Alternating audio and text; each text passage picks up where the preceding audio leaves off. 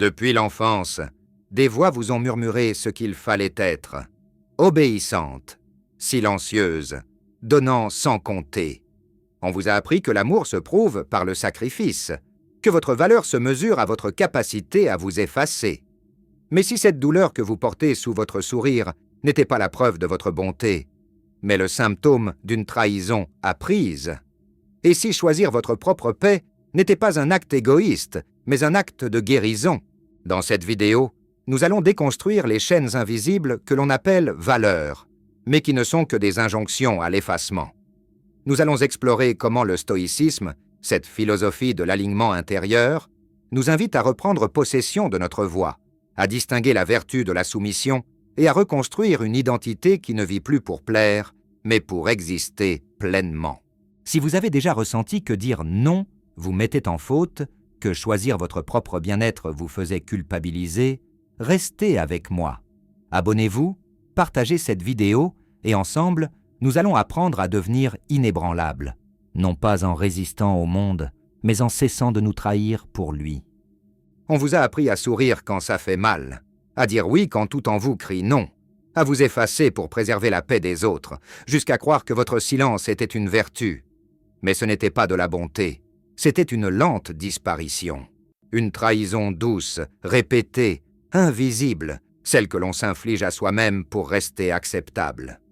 Vous avez cru que vous deviez mériter l'amour en vous donnant en morceaux, mais chaque fois que vous abandonnez vos besoins pour plaire, vous ne devenez pas plus aimable, vous devenez plus absent.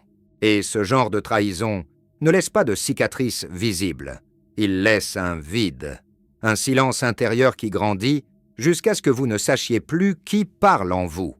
Marcus Aurelius disait « Ne perds pas ton temps à débattre de ce qu'est une bonne personne, sois-en une. » Mais comment être bon quand on abandonne ce qui est vrai?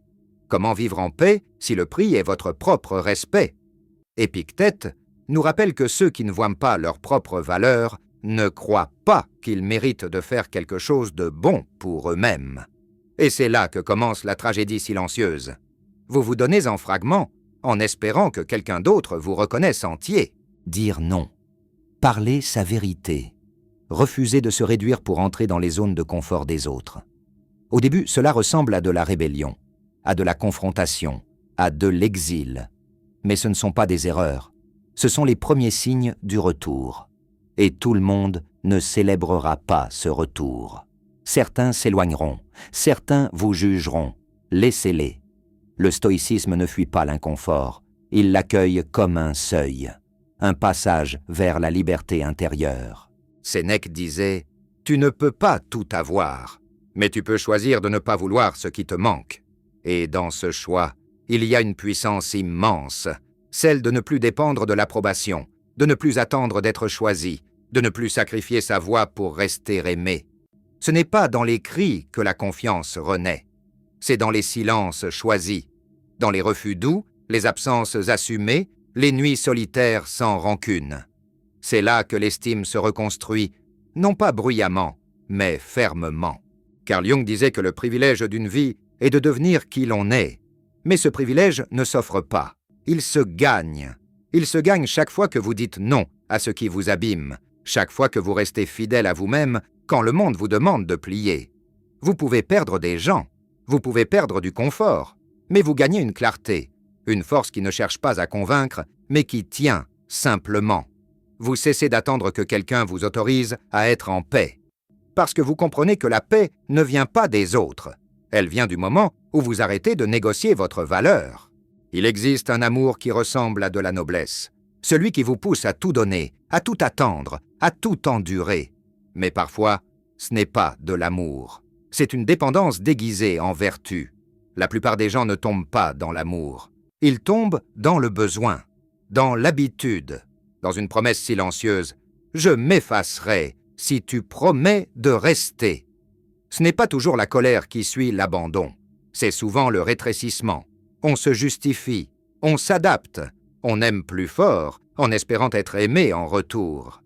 Mais l'amour qui exige l'érosion de votre identité n'est pas de l'amour. C'est une stratégie de survie. La dépendance ressemble à l'amour parce qu'elle mime la proximité. Mais elle repose sur une attente silencieuse, une attente que l'autre devienne le garant de votre paix intérieure. Et quand cette attente n'est pas comblée, ce n'est pas une trahison. C'est le résultat naturel d'avoir bâti votre monde intérieur sur une fondation que vous n'avez jamais consolidée vous-même. Les stoïciens ne promettèrent pas que l'amour serait sans risque. Mais ils nous rappelaient de ne jamais lier notre équilibre à ce qui échappe à notre contrôle. Épictète disait « Ne souhaite pas que les choses arrivent comme tu veux. Souhaite qu'elles arrivent comme elles arrivent, et ta vie sera paisible. » Cela inclut l'amour. Cela inclut les départs. Cela inclut les silences. Recréer son identité commence par une question simple mais radicale. Est-ce que je suis là par plénitude ou par peur? Parce que si votre présence est un masque, si votre don est une stratégie pour ne pas être abandonné, alors ce n'est pas de l'amour. C'est une disparition douce. Et rien de durable ne peut naître de l'effacement de soi. Le véritable amour ne vous demande pas de pleurer pour mériter sa place. Il ne vous demande pas de vous taire pour rester en sécurité. Il vous rencontre là où vous êtes, sans condition, sans mise en scène. Vous commencez à partir non pas en colère, mais en paix, quand vos besoins ne sont plus entendus. Et dans ce départ, quelque chose se réveille.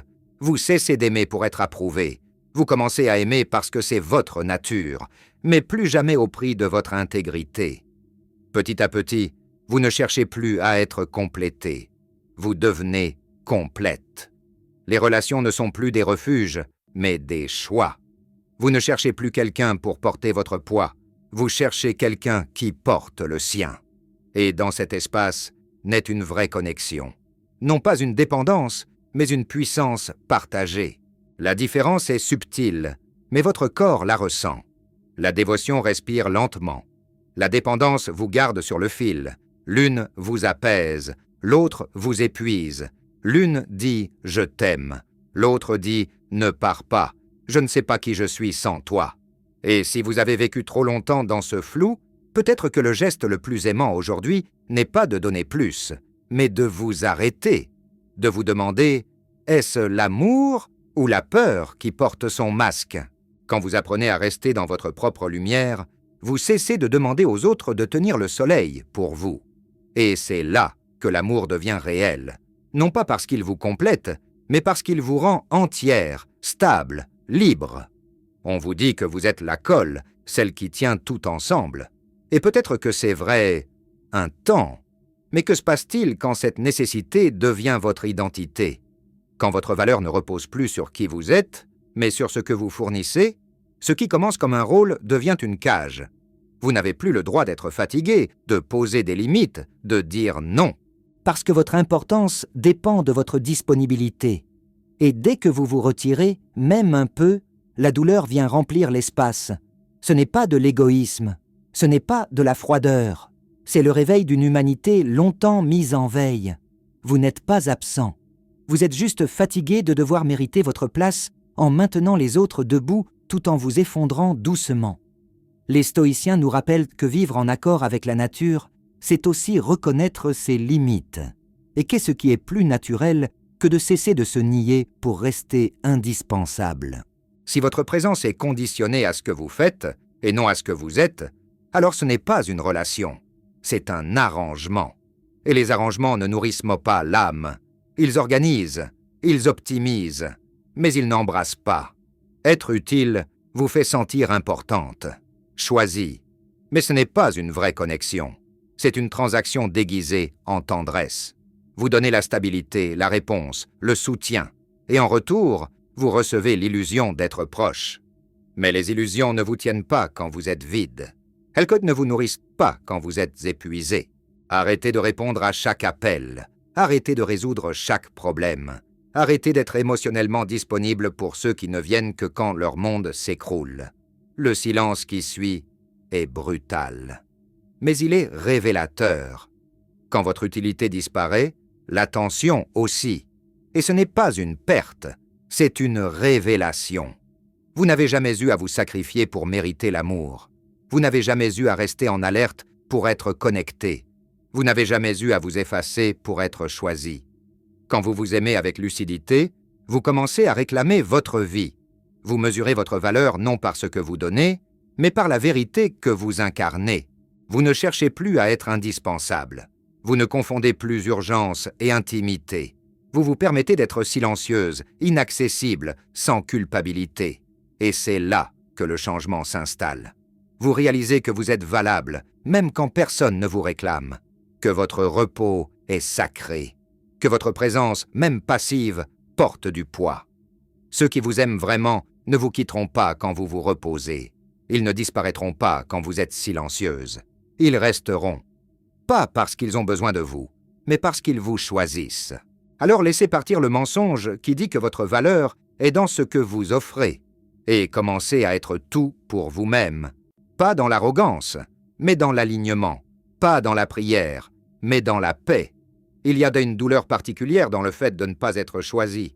Ce n'est pas seulement une blessure affective, c'est une fissure dans l'identité. On commence à se demander « Ai-je été insuffisante ? Qu'aurais-je pu faire autrement ?» Et chaque question devient un fil qui tisse une histoire de doute, jusqu'à ce que le rejet ressemble à un verdict sur votre valeur. Mais si la souffrance ne venait pas du rejet lui-même, mais du sens que vous lui donnez. Dans un monde où l'approbation est confondue avec la valeur, être ignoré peut ressembler à une disparition. Et c'est là que le danger s'installe. Vous commencez à croire que leur indifférence est une vérité, que leur silence est un jugement, et que si eux ne vous veulent pas, alors peut-être que vous ne devriez pas vous vouloir non plus.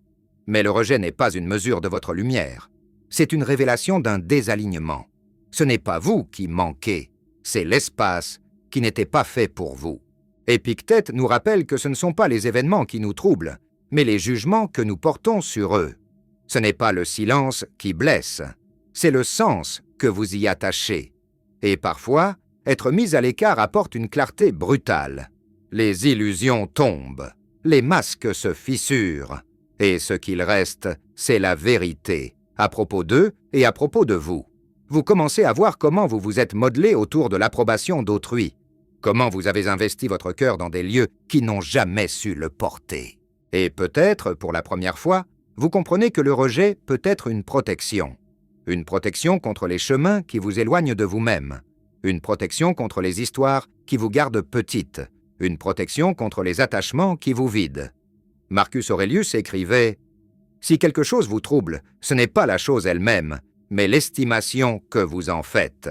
Et cette estimation, vous pouvez la révoquer à tout moment. Le rejet vous montre où vous avez placé votre pouvoir et vous offre l'opportunité de le reprendre. Ce n'est pas une fin, c'est un commencement. Il y a des portes qui se ferment sans bruit, des messages qui restent sans réponse, des présences qui s'éloignent sans explication. Et si, au lieu d'y voir une punition, vous y voyez une réorientation. Le rejet, parfois, est la seule manière pour l'univers de vous détourner de ce qui n'était jamais fait pour vous. Il vous oblige à vous arrêter, à vous regarder, à poser de meilleures questions. Pourquoi ai-je besoin d'eux, plutôt que pourquoi ne m'ont-ils pas choisi? Sénéca disait « Ce n'est pas que la vie est courte, c'est que nous en perdons beaucoup. Et rien ne vous fait perdre plus de temps que de courir après ceux qui vous ont déjà montré qu'ils ne sont pas prêts pour la profondeur que vous portez. Le rejet est une fermeture.